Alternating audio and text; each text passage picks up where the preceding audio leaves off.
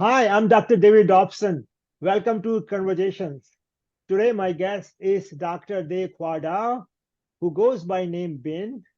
Bin is an assistant professor of marketing at Royal Holloway University of London. Bin obtained his PhD in marketing from National Tsinghua University. Bin's research interests include services marketing and transformative consumer research. It's a great pleasure to have you with me today, Bin. Yeah, thank you, Dr. David, for having me today. Yes. Please share with us a little bit about service robotics. Yes, so as you probably know, so within the marketing discipline, so service robotics is a very popular and the hot topic now, right? A lot of researchers are doing research Yeah. on service robotics. And in fact, in reality, the service robots is everywhere, right? So we have a Uh-huh. service robots in the restaurant. So Uh-huh. we have the service robots in the hotel or even in the airports. We also Yeah. have advisory robots in the financial sector and even the Right. medical robots in the Yeah. in the healthcare. So robots Yes. is everywhere actually, Yeah. and actually the market size of the Yeah. service robots in the Yeah. healthcare and in the Yeah. hospitality Yeah. alone is Yeah. around $1 billion now, Oh, and wow. 25% of the global market share of the service robots coming from the hospitality. So hospitality is a very, like pioneering industry for Yeah. adopting service robots. Right. And it's everywhere, we are already living in the age of the Uh-huh. service robots, Right. and especially during the pandemic, and you Yeah. know that we have a shortage of the labor force, and Yeah. due to the health concern, Uh-huh. so a lot of hospitality service like restaurant or in hotel they implemented a lot of the robots during and after, even after the pandemic. Yeah. So yeah, robots is rising everywhere now. So Mhm. it's very popular. Yeah. What drove your research interest in service robotics? Yeah, this is quite an interesting story actually.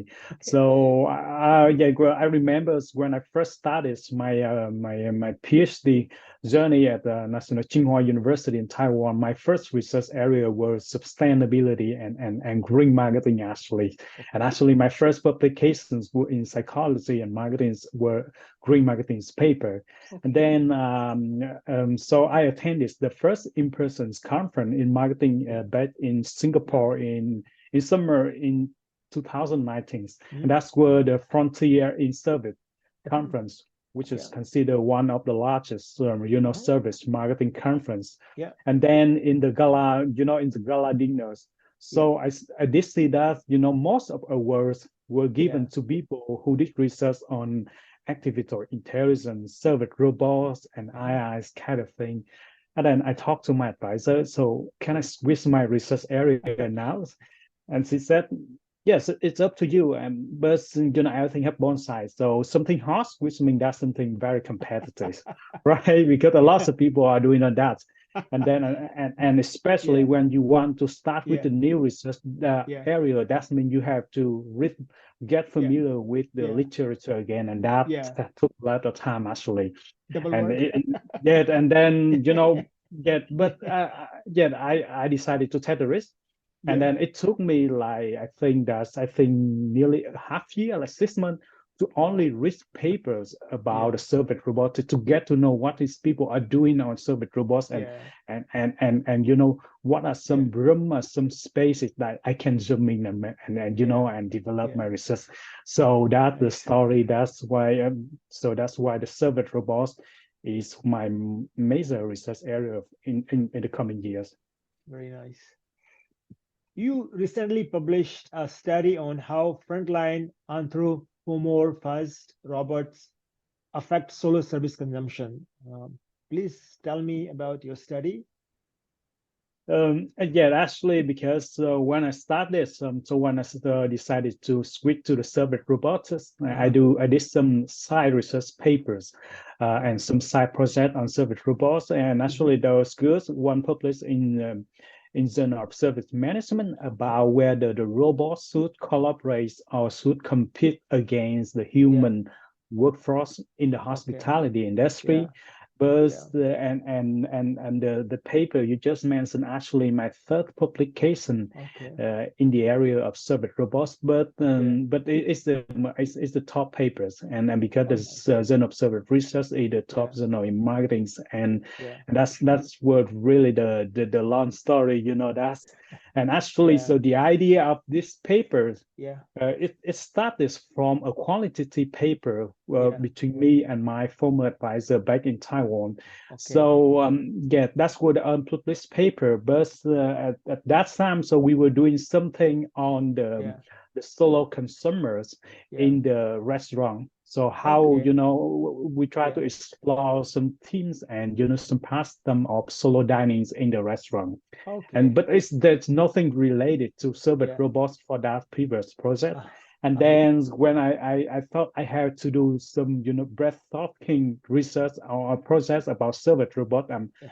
and I'm thinking, so why we don't, why didn't we do some research Yeah. about the Yeah. interactions between Mm-hmm. the solo customer, Yeah. which is very popular now. Yeah. If you look at how many Yeah. solo diners going to the restaurant, how Yeah. many solo travelers, right? Yeah. And how so what's going on with the interaction between the solo customer and Uh-huh. service robot? So that's the key idea. So that's and Yeah. then and Yeah. then so and in my Mm-hmm. conference in back in Singapore 2019, so I got Yeah. to know my esteemed co-author Professor Kimmy Yeah. Chance Yeah. from Hong Kong Baptist University, who Mm-hmm. also had the very similar research area with mine, also doing service robotics and anthropomorphism. Okay. And uh, and then Yeah. so but the public versions Yeah. of the manuscript is Yeah. totally different from Yeah. the innocent draft. So Yeah. we first submit our first the first version of the paper to the Yeah. of Service Management, Yeah. and actually we got two rejections and one Yeah. revision. Yeah. So that's mean that the editor gave us the chain at the major and risky revision. Yeah. So that's a long story, Yeah. but Yeah. eventually is published, and is this I believe Yeah. very nice paper talking Yeah. about how the Yeah. solo customer versus Yeah. the Zoe customer interact differently Yeah. with the robots in the Yeah. frontline setting. Yes. Yeah. I find your research quite interesting because you are also intersecting with the technology aspect as well, Yes. and also marketing. So how do you blend these two areas? It's quite interdisciplinary in that sense, you know what I mean? Because to be a good Yes, you are researcher, right. yeah, Yeah, you are right. So actually, because I yeah, started my PhD journey again as the yeah, people who was a person who was yeah, interested in yeah, green marketing, which yeah, is nothing related to the technology kind of thing. But yeah, I mean, if we look at from the yeah, perspective of yeah, the high yeah, quality publication in marketing, so you see that if you want to publish a good paper in marketing, yes, is you have a better chance if you do something related to technology, right? Is that true, so? That because we are doing marketing things and yeah, technology change yeah, everything very quickly in our daily yeah, life, yeah, and and and I told you that's because yeah, now we are living in the age of robotics and also AIs yeah, and kind of thing. yeah, So I think this is something that I know yeah, that's risky because a yeah, lot of people are doing on that. yeah, But of course something risky, also yeah, something interesting to me. So yeah, I decided to zoom into that areas and very fascinating. And when I started to working in the yeah, areas of service robotics or more yeah, broadly, yeah, like yeah, technology marketing. So it's also mhm, interesting to me that so I get to know some person who are yeah, also in our area, for yeah, example, yeah, in yeah, information system, right? So yeah, I yeah, had to read some literature in yeah, information yeah, system, and it's yeah, actually it yeah, broadens my mind about doing research, and yet yeah, actually some of my yeah, upcoming like submission will be not in the mainstream marketing, but yeah, in the information system, because oh, now I have some yeah, background about information and technology. absolutely. Very fascinating story. As you begin in your introduction, about the robots, and I know the robots been here for a very long time. I mean, but what I find very interesting is you're talking about this anthropomorphized robots, and I'm assuming they're like a human alike. So do you think Yes. they are mostly like more like companionship, like kind of replacing human in that service element? That's the ongoing debate in Yeah, the marketing field actually. yeah, So because I mean robot appeared long time back, right? yeah, It's not just like in the exactly. last decade. Yeah, But in the past, robots were just the both robots. But yeah, and in the past, robots were mainly used in the manufacturing yeah, industry, yeah, right? In yeah, the yeah. factory or something Factories, like yeah, that. And then, yeah, but later on, the people tried to commercialize robots, and then right, they trying to implementing that in the yeah, service like hospitality restaurant kind of thing. And yeah, so the yeah, key thing of using robot is to reply human labor force, right? right, And yeah, for different purposes like to yeah, reduce the labor cost, yeah, to improve the service delivery process, or yeah, to improve the customer experience. yeah, So in order to replace the human workers, yeah, they have to make the robot look like humans. right, Correct? So, yeah, so and that's the whole ideas of anthropomorphism. The basic idea of yeah, anthropomorphism in hmm, service robot is that we try to humanize the robots and try to right, make it more like a human. okay, So okay, we met up with the arm, we met it with the head, with the yeah, eyes. Robot yeah, can speak, and yeah, it's like the more humanized, and yeah, so and people think that's the better robots is. yeah, But actually, so yeah, that's not a simple story. And in our yeah, study, we are showing the same thing yeah, because yeah, yeah, because in robotics literature we have one theory called uncanny valleys. So okay, that when the robots become hmm, very human-like, but yeah, it's not really perfectly yeah, like the humans. yeah, So we have the negative feeling about robots. We feel robot as uh-huh, creepy, right? uh-huh, So when you see something look really like humans, but it's not real human, so yeah, you feel a little bit scary about that, yeah, right? yeah, And this is the uh-huh, key theories that inform different yeah, implications about the yeah, robot. And exactly so what you just discussed is exactly what we found in our study. That's okay, actually that I think we are going to talk in the next question, okay, right? okay, thank you. So, for your study, can you share how you collected your data? And I know you did a bunch of experiments and field studies as Yeah. well. Yeah, this is a long story. So, Yeah, so as I remember, so yeah, in our first submission, that's yeah, were for online experiment, but okay. because we got the major and risky revision, so Hmm. like on the top journal, the Okay, editor and reviewer requires to recollect all the data.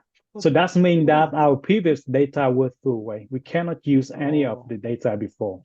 And okay. so, and of course, because now, lots of people are doing research on service robots, Yeah, and the top journals of service research yeah. require to have a few data. Because Hmm. if only this online experiment using the MTurk or Polyfish, that's not sufficient enough to publish No, in a good journal. yeah, So we have to find some way, yeah, to have a few data. yeah. But at that time, I was a PhD student, and of course, I don't have much money to buy the robot That's or true. to to work at the restaurant and that. But luckily, so my co-author, Professor Kimmy from Hong Kong, so she have a Yeah, resources, and so we also have a network yeah, with some local restaurant in yeah. Beijing, China, and Uh-huh. in like during the pandemic time or even in the post-pandemic robots, Yeah, in the West, like in Canada, in yeah, us, or in the US, yeah. robot is not really popular, right? Even though, of course, some restaurant already implements robot, but not really popular. Hmm. But in Asia, like in Japan, in South Korea, and especially in China, robots is very popular. So Oh, that means really? that it's very easy for us to to Hmm. do the field experiment Right. by with the connection, Yeah. with some people in China.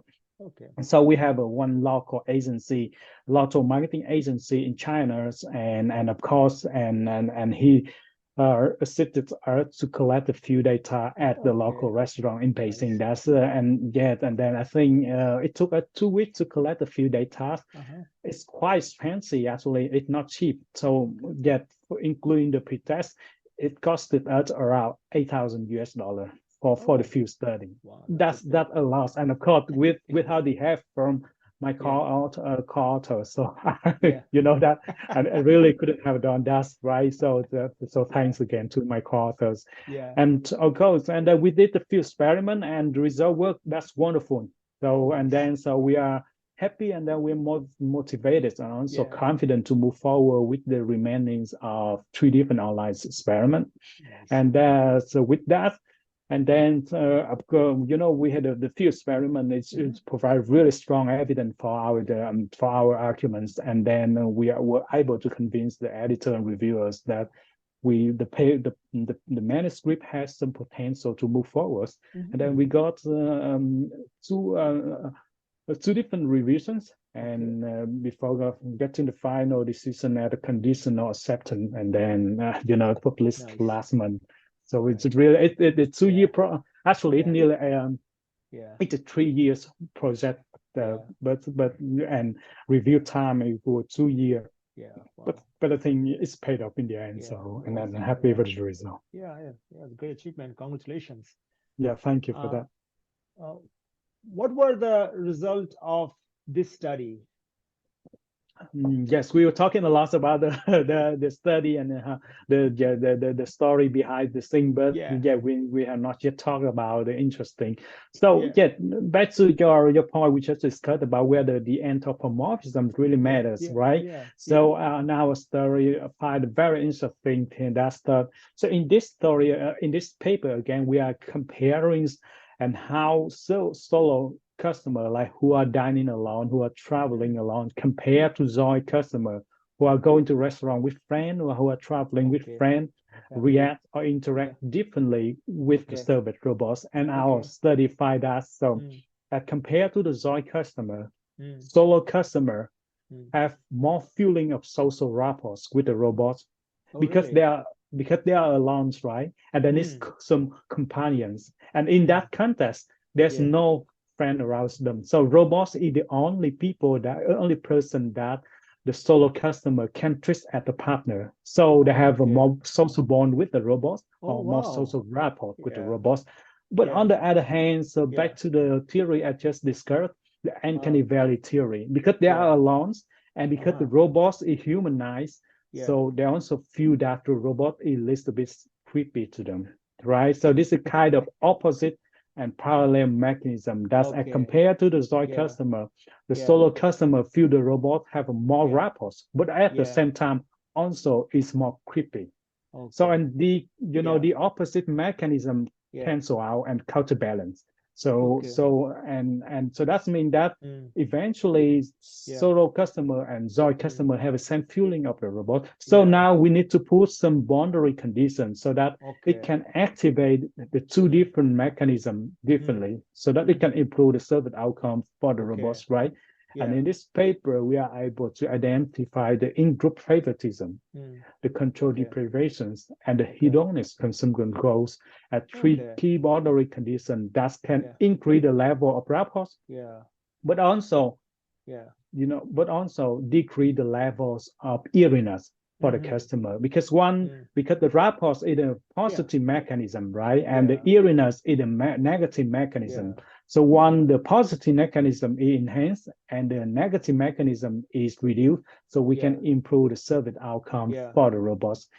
So that's our find for the paper. I find your research interesting because especially you find that the solo customers tend to have a good rapport with these robots. Do you think that because when this solo customer interacting with these robots, they don't feel that they've been judged because they feel like, after all, in their mind they know they're machine, but they don't feel they've been judged, so there is no sense of shyness. Actually, one area of service robotics is investigating the level of embarrassment when interacting with the robots, and you are totally right, because I compare with interacting with the human.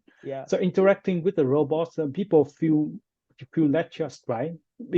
Because especially in Asian culture, when you go to the restaurant alone, right?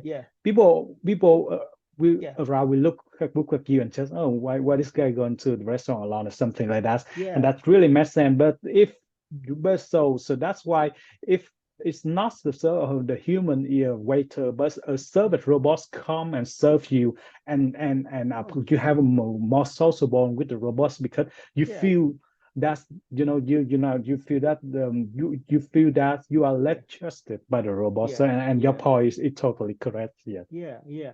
And I was also wondering, did you also look at your result by demographic or social background of the participants? For example, like Yeah. how, let's say, male react differently than female or other Um, demographics? uh, yes, of course. In our paper, we control for the demographic factors, Okay. and we don't see the major difference between male and Okay. female or between different age of gen. Okay. That's Different age, interesting. different groups of age on that. So Okay. demographic don't really play the roles Okay. in this one. Yes. So that's Okay. Okay. Very interesting.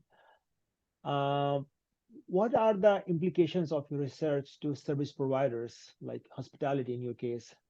yeah. There we bring quite a number of good implications for Yeah. hospitality practitioner. In fact, so Yeah. again, so because the solo consumption is on the Yeah. rise, right? Yeah. You go Yeah. to restaurant, you see a lot of solo people also Yeah.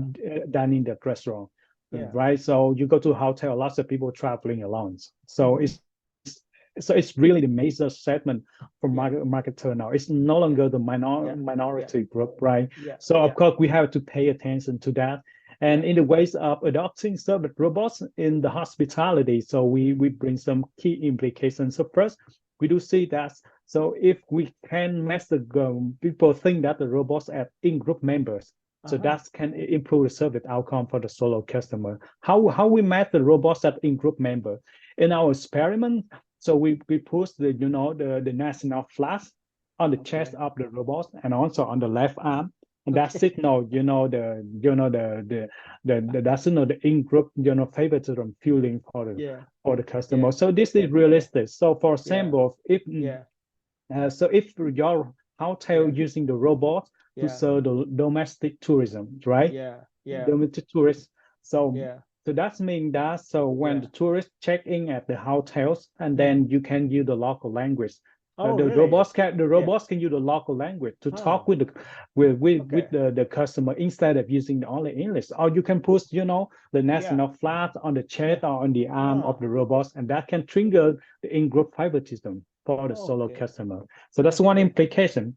And the Okay. second implication Nice. that we saw that the control deprivation is actually Mm. good for the Mm. service robots in Okay. this case, and how we implement how we Yeah. employ the control Mm. deprivation. So the Yeah. control deprivation in our Yeah. context means that Yeah. though the customer or the solo Yeah. customer can Yeah. only interact with the robots and they don't have any other option.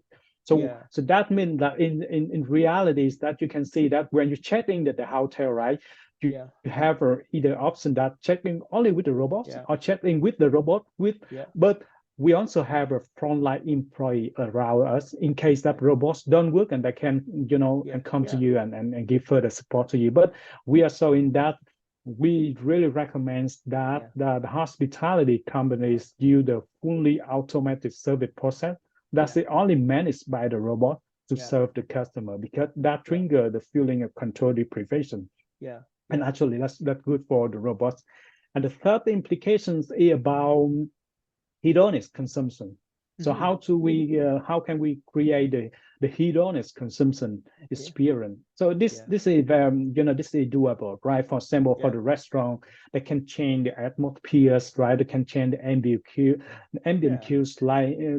the like the lightings, right? The Yeah. scent, right? The music, Yeah. right? The Yeah. design or decorations of the Yeah. restaurant really Yeah. influence how the customer experience Yeah. their foods and so Yeah. on. So Yeah. and by doing that, by changing the service scape and the atmosphere around the customer, they can create a hedonic feeling for the Mm. customer. Mm. Same thing for the hotel, for example. So in Mm. how a lot of hotel today, like Marriott's hotel, they use Mm. the virtual reality technology so Yeah. that when they get checked in or they're in the room so they can experience some Yeah. virtual the virtual tour to Yeah. virtual destination around the world, and that can create the Uh-huh. hedonic feeling for them while they are staying at the hotel.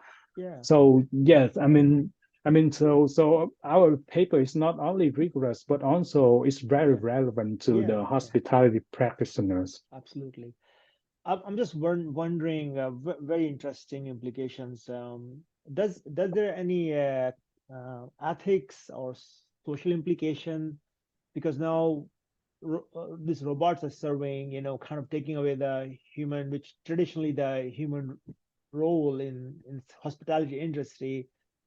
Did you think about some of the possible ethical concern here? Yeah, actually, I wrote a paper in this about looking at the relationship between the frontline workers and robot from an ethical perspective, and the paper was published in a leading hospitality journal. Okay. And and the conclusion of the paper is that there should be no competition between the robots and between the frontline employees. Okay. So from ethical perspective, so I mean I mean companies should not worry about us because why? Because because why the robots is taking the low level jobs, right? Like the manual tasks. The frontline employees should take care of the more high-end level or social level of the job. For example, in the restaurant. So we can use the robot for food deliveries, right? From the kitchen to the table. But to serve the customer and to talk to the customer or interact with the customers and to understand the needs or any complaints. So it should still be the human waiters. The same thing for the hotels. So we can use the robot for luggage delivery to the room, right? From the counter to the room. But for the checking experience or, for interacting with the customer to have any queries or answer any questions from them, it still should be human. So basically, of course, so a lot of people are worrying that's where the robots is taking over the job from humans and a lot of people, and we are worried about the concept called technological unemployment. But technology, as the human, and it's so we have to adapt, and we have to live with together with technology, right? And of course, AI is something already here, and service robot is already in our daily lives. And we really cannot kill it, right? We cannot destroy it. So we have to find ways how we live with that. So basically, we have to upgrade our skill. So focus more on the social and empathetic skill. So that is because that is something that robots for now still cannot do. It robot can do the manual task, but they don't have a real feelings, right? And they don't understand the emotion of the customer. That is something still should be handled by the human worker. So, and of course, we need to focus on the high-end level of the tasks in the service jobs. And of course, we leave the manual tasks for the robots to do that. Yeah. So do these robots get tipped after customer finish their meal at the restaurant? Yeah, I mean that's the interesting question. So I talked to some of the researchers before doing on robots, and a lot of them say no. A lot of them say no because eventually, because the robots don't know how to use the monies, right? And anyway, so the tip money don't come to the pocket of the robots, right? And so tipping is still a very unrealistic idea for the robots. But who knows in the future if we don't know yet. But for now, tipping is still not something. But thank you for raising this question. I raised the same question in my conference, talking to some of the scholar, and they told me so far it's no. Okay. So Ben, what is your advice to researchers who wish to continue this research further?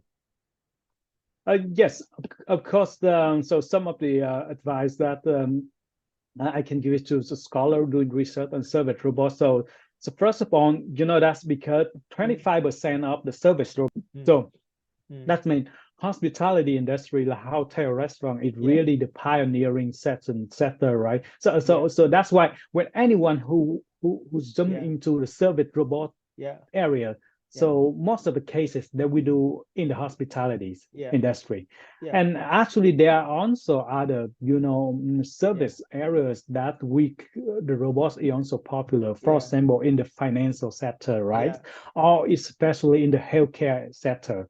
But not many people do in research in the financial or healthcare sector. lots of people are doing service robots in the hospitality industry, but they pay less attention to other industry like education, healthcare, or finance. So one recommendation is that we need to, zoom into those unaddressed industry and to study the role of robots in the very interesting industry beyond hospitalities. Okay. Right. And the second recommendation and also the direction for research is that if you want to target the top journal and you're working on service robots, you have to find some way, to have a few data. Because if you only run the NJUG study, prolific study, and then, the top journal don't buy it for sure.